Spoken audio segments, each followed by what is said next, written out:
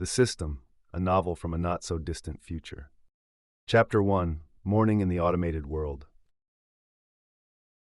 The sky over Metropole 9 was always gray. A vast dome of synthetic clouds loomed above the city, engineered to control climate and weather patterns, but it had long since malfunctioned. No one remembered the sun. For Andrew, the dull, featureless sky felt like a mirror of his own anxiety. The soft whir of the autopod hummed beneath his feet as it glided through the eerily quiet streets, guided by invisible rails. All around, holo screens flashed advertisements tailored to his biometrics, updating in real time based on his elevated heart rate, as if the city could sense his worry. Alice sat beside him, her legs casually crossed, completely unbothered by the day ahead. She glanced sideways at Andrew, smirking as her sleek, blue-tinted lenses reflected the faint light from the screens. "So, you nervous?" Andrew shifted in his seat, pretending to check his watch, though he already knew they were on schedule. "Why would I be nervous?" he muttered, his voice tight. Alice laughed lightly, leaning back against the seat, her fingers tapping idly on the armrest. "Come on, Andrew. Everyone knows about the trial. You crossed the street again without using the autoped, didn't you? What is that, your third infraction?" Her voice was playful, but Andrew could feel the weight of the accusation. In Metropole 9, rules were everything. Every citizen was tagged, monitored, and analyzed. Cross the street without waiting for the green light? The system knew. Step out of line on the hyperwalk? It registered. And repeat offenders?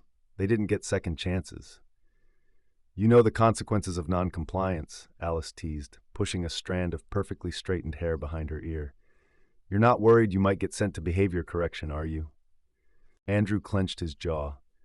He wanted to laugh it off like she did, but the thought of the trial made his stomach twist. It wasn't just about crossing the street. It was about everything he'd ever done, every little rebellion that the system had logged.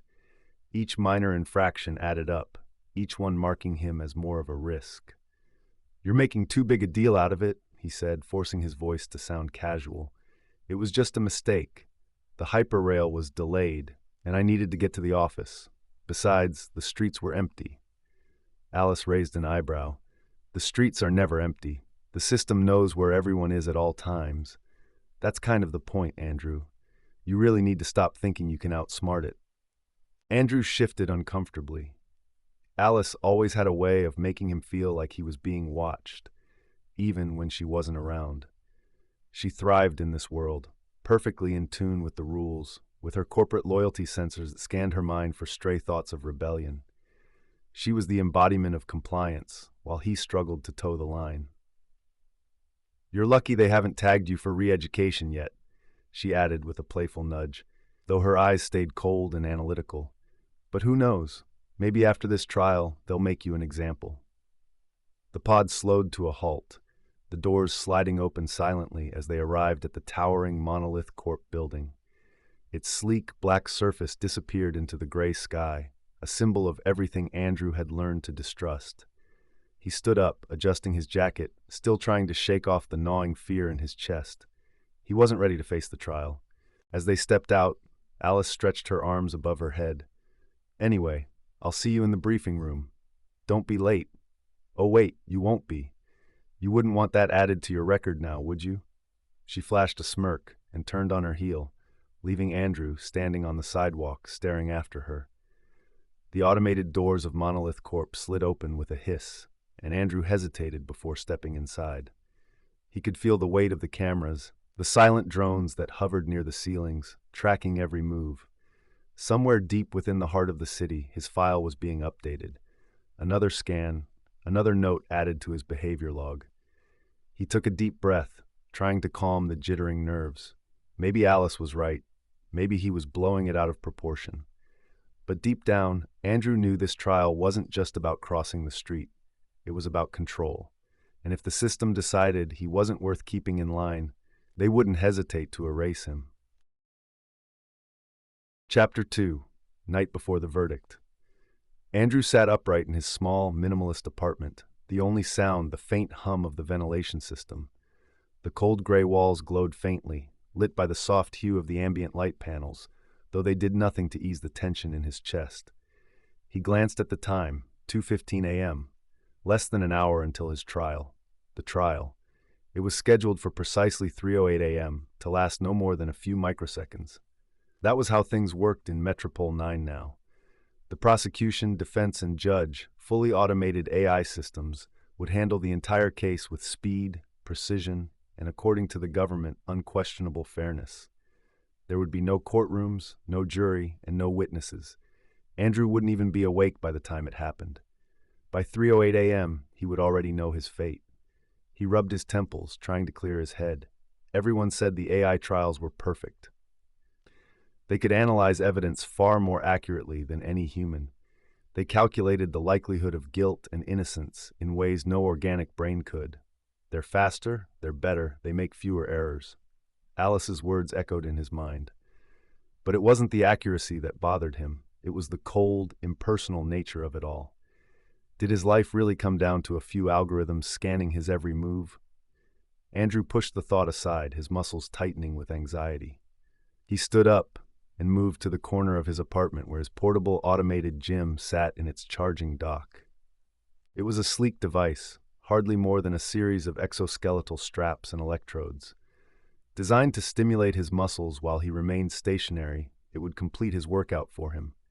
No effort required, like everything else in Metropole 9. With a sigh, he hooked the electrodes to his arms and legs, leaning back on his chair. The machine powered up, sending controlled pulses into his muscles, forcing them to contract and relax in a perfectly choreographed routine. His body jerked slightly in rhythm with the workout, though his mind began to drift. As the machine silently exercised his muscles, Andrew's eyelids grew heavy. Despite the looming trial, his exhaustion overwhelmed him. And then, suddenly, he was no longer in his apartment. He stood barefoot on something soft, something green. The feeling was unfamiliar, but comforting. Grass.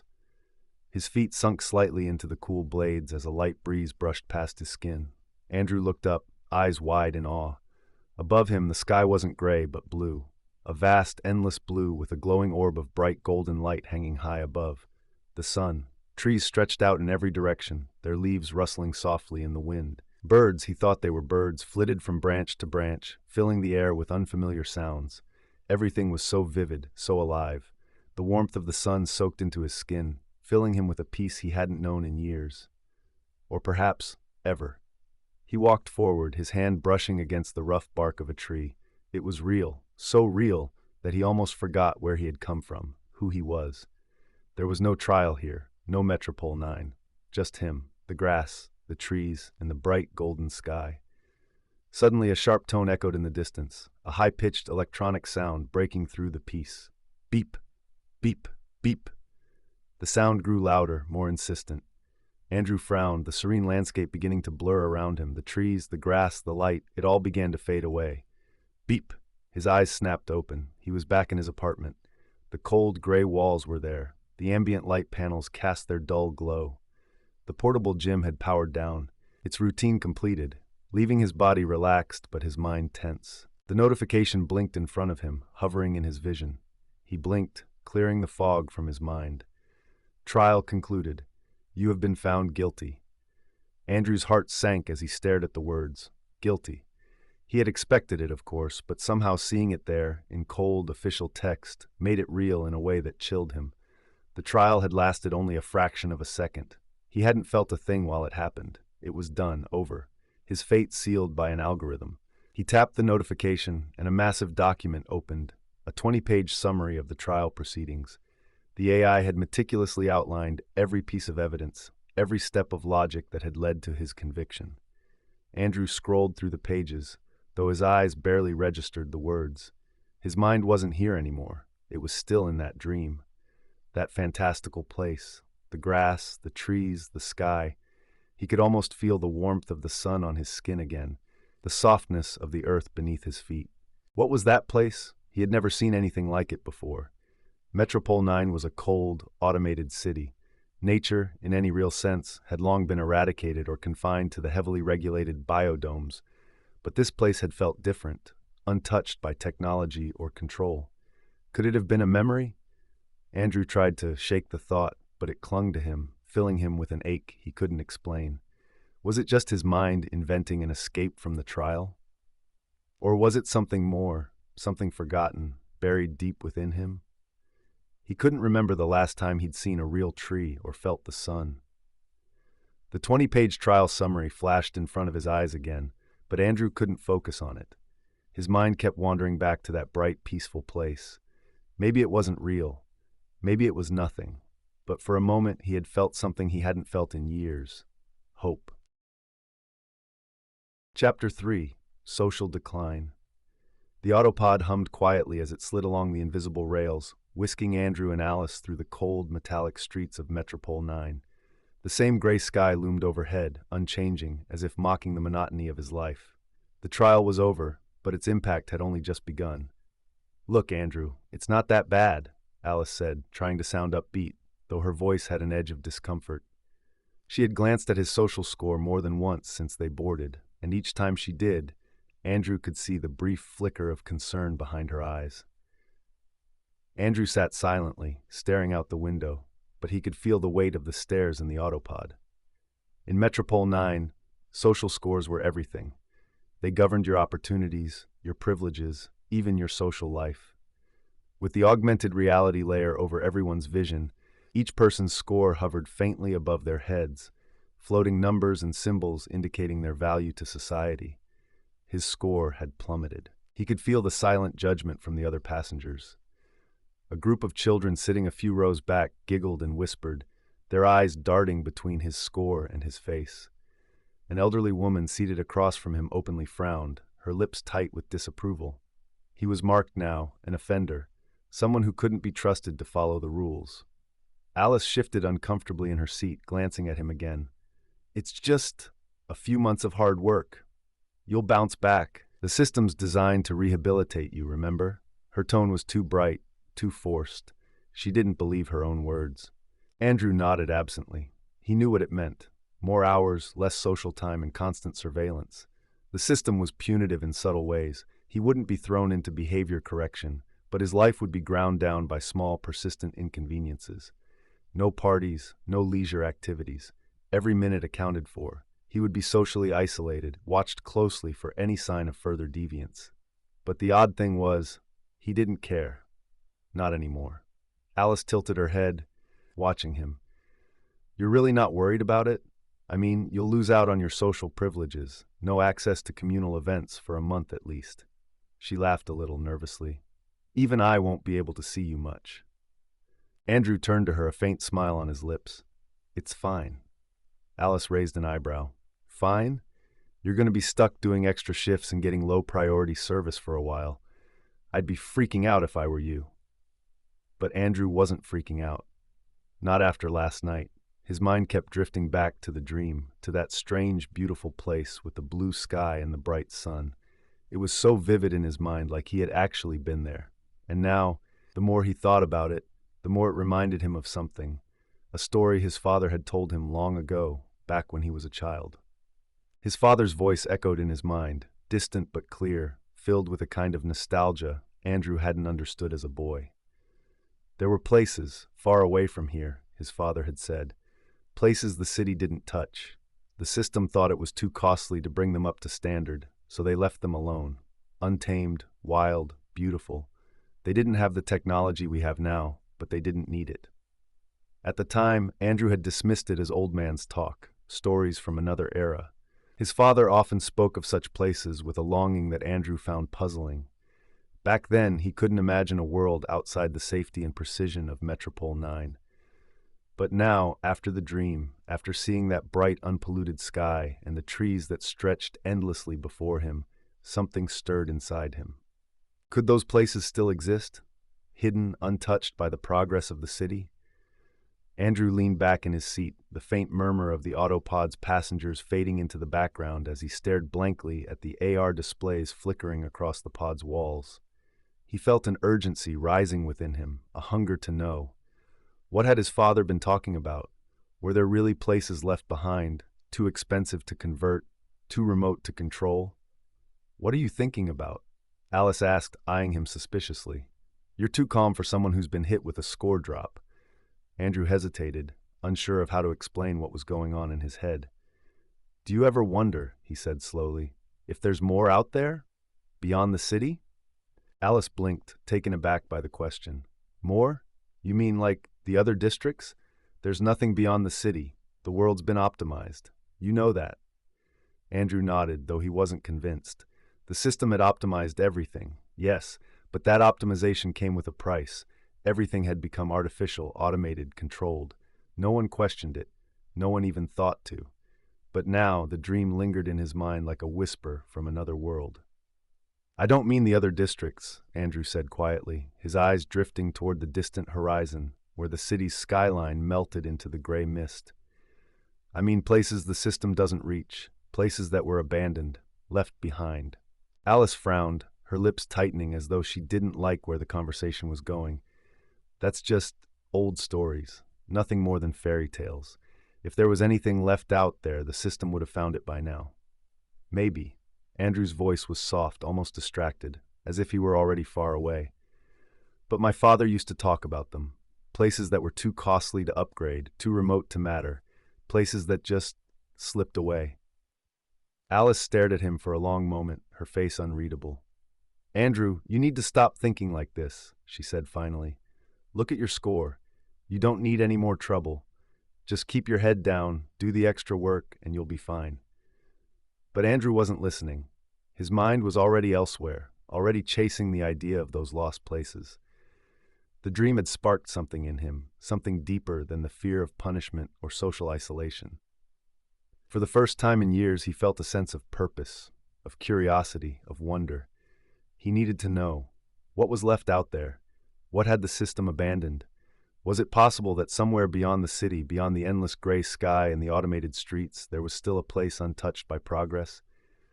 The autopod slowed to a halt, and Alice stood up, giving him a final, worried glance. Just be careful, okay? Don't let this get to your head. Andrew smiled faintly as he rose to follow her. Yeah, I'll be fine. But as they stepped out onto the street, surrounded by the towering monoliths of Metropole 9, Andrew couldn't shake the feeling that his life was about to change. The dream had opened a door inside him, and now there was no turning back. He would find out what was left. He had to. Chapter 4. Walking into the Unknown. Andrew had been walking for hours, though he'd long since lost count of how many. The landscape stretched endlessly before him, an arid expanse of grasslands dotted with scattered trees and shrubs, their leaves rustling faintly in the dry breeze. The horizon seemed to go on forever, an open, sun-drenched canvas of nothingness. His temples throbbed in rhythm with his heartbeat, his body slick with sweat.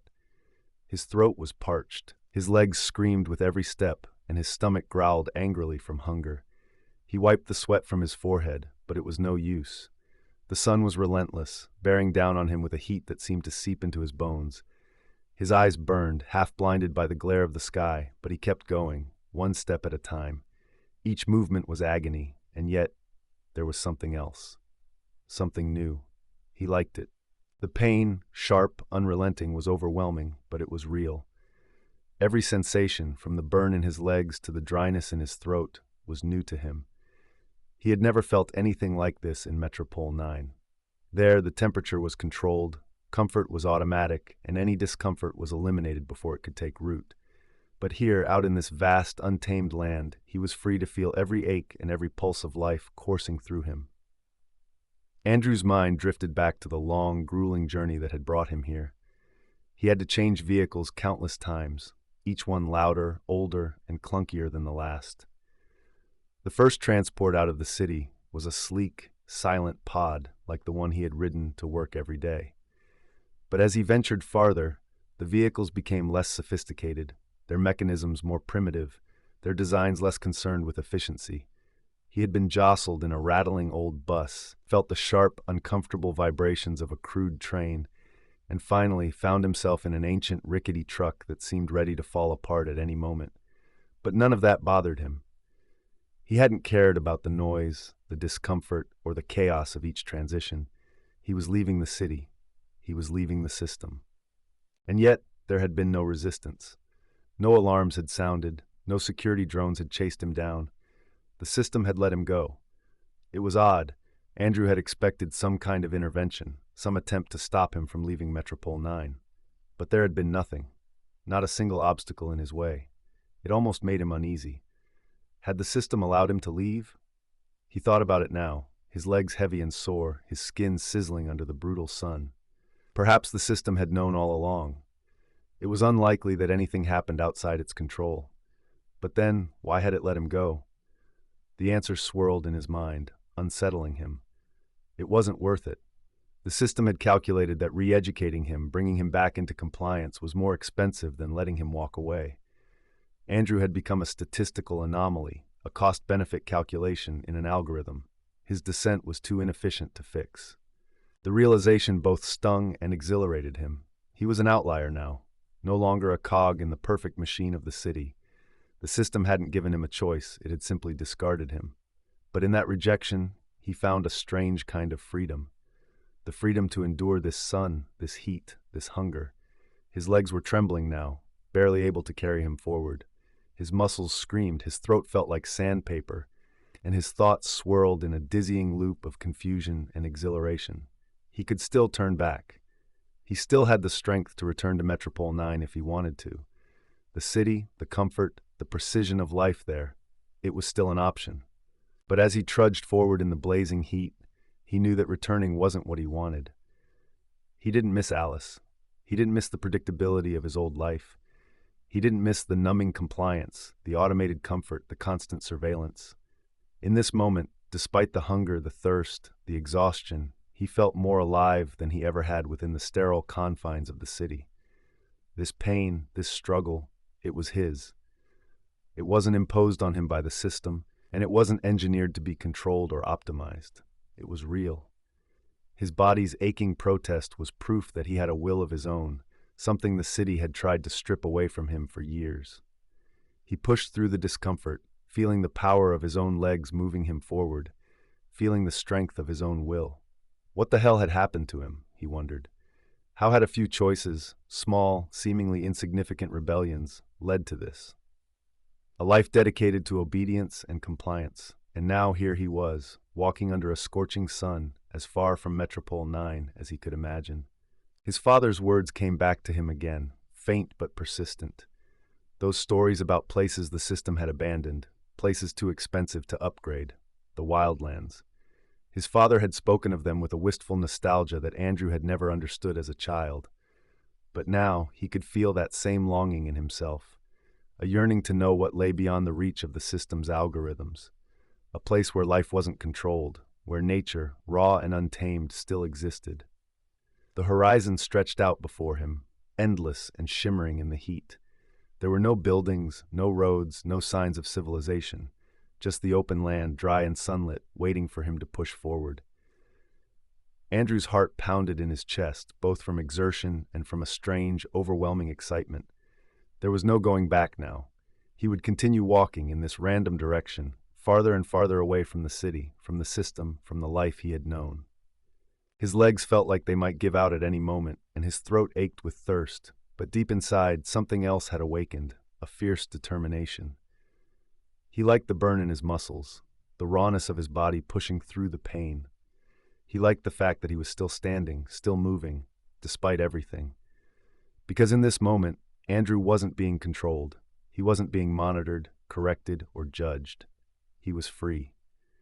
And that was all he needed. Epilogue, the final horizon. Andrew lay beneath the shade of a solitary tree, his body utterly drained, the sun dipping low on the horizon. The sky was alive with colors he had never seen before, deep oranges and purples, blending into a vibrant palette of hues that seemed almost surreal. A soft breeze blew through the air, carrying with it a freshness that soothed his skin. The heat of the day was fading, replaced by a pleasant, cool sensation that caressed him like a final embrace. His fingers grazed the grass, its texture coarse yet comforting. He had wandered the grasslands for 3 days now, but his body had reached its limit. The pain that had once defined his every step was gone. There was no more thirst, no more hunger, just a deep, hollow stillness in his chest. He knew this was the end. Did I make the right decision? The question drifted through his mind like a whisper on the wind. And then, as surely as the fading light in the sky, he knew the answer, yes. He had escaped the suffocating grasp of Metropole 9, found a place that had been hidden from him all his life. There was something primal and pure about this land, a connection he had never known he needed, something almost ancestral, rooted deep in his being. He felt at peace here, in a way that defied the physical suffering he'd endured. This place was real. He was real.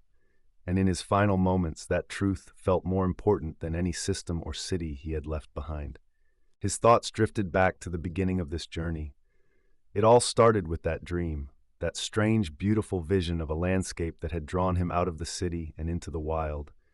The dream had awakened something in him, an irresistible urge to leave the life he knew behind. But as he lay there, staring at the vivid colors of the setting sun, he realized that the dream had only been the start. What I found was different. Harsher, yes, but still beautiful. The land around him was more rugged, more unforgiving than the dreamscape he had envisioned. But that didn't matter. He had discovered something real, something that resonated with him more deeply than anything in Metropole 9 ever had. But as the air cooled, an uneasy feeling began to rise within him, a question gnawing at the edges of his mind. Was it a dream? Or was it a memory? He thought of his father, the stories he had told about faraway places that progress had never touched, places that remained wild and untamed. Andrew had dismissed them at the time, but now, in his final moments, those stories echoed with new meaning. But something doesn't add up. A creeping realization began to take hold. His father had never left Metropole 8, the precursor to the city Andrew had known all his life. His father's stories had always felt nostalgic, but they couldn't have been memories. Andrew couldn't remember exactly when his father had shared those tales. They seemed vague, lost in the fog of time. Could I have made it up? Andrew's heart began to race, despite his exhaustion. Was it a false memory? The fear struck him suddenly, like a sharp blade cutting through the tranquility of the moment. The memory that had driven him to leave the city, was it even real? Had it been planted in his mind? Was this all part of the system's final punishment? He felt a chill creep down his spine as the terrible truth settled in. The system had not resisted his departure. It had let him go, allowed him to wander into the wilderness willingly. But now it made sense. It wasn't mercy. It wasn't indifference. It was a calculated design, a way to rid itself of non-compliant citizens. The system had devised a punishment more insidious than any re-education program. It implanted in people like Andrew the desire to leave, to seek out a place that didn't exist in their world anymore. It let them walk away, only to die in these forgotten lands, far from the eyes of anyone who would remember them. A quiet, efficient solution to those who could not be controlled. Andrew's mind reeled with the realization. The dream wasn't mine. The beautiful landscape, the yearning for freedom, it had all been part of the system's plan. And now he was dying alone in the wilderness, just as the system had intended. But as the final moments approached, Andrew felt no anger. Perhaps he was too tired, too weak to summon the emotion. Or perhaps, deep down, he had already made peace with it. He had escaped Metropole 9, even if the system had let him. And in these last days, he had found something real, something the city could never give him. The pain, the struggle, the rawness of his experience, those had been his own.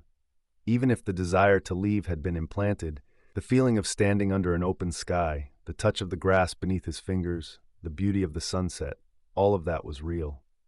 It's time now, he thought. His eyes began to close as his breath slowed, the last remnants of the day's warmth fading with the setting sun. He felt whole, in a way he never had before. His body was failing, but his mind was calm, peaceful. And then, just as his consciousness began to slip away, a shadow fell over him. Andrew's eyes fluttered open, his vision blurry. He could make out the outline of a figure standing above him, dark against the fading light of the horizon. Someone or something was there, watching him. For a brief moment, fear gripped him. But then it passed. Whatever the shadow was, it didn't matter anymore. He was too tired to care. Whether it was a mirage, a hallucination, or something real, he would never know. Andrew let his eyes close again, his body finally succumbing to the fatigue. He felt the cool breeze on his skin, the soft rustle of the grass, and the peace of the quiet, open landscape. And then there was nothing.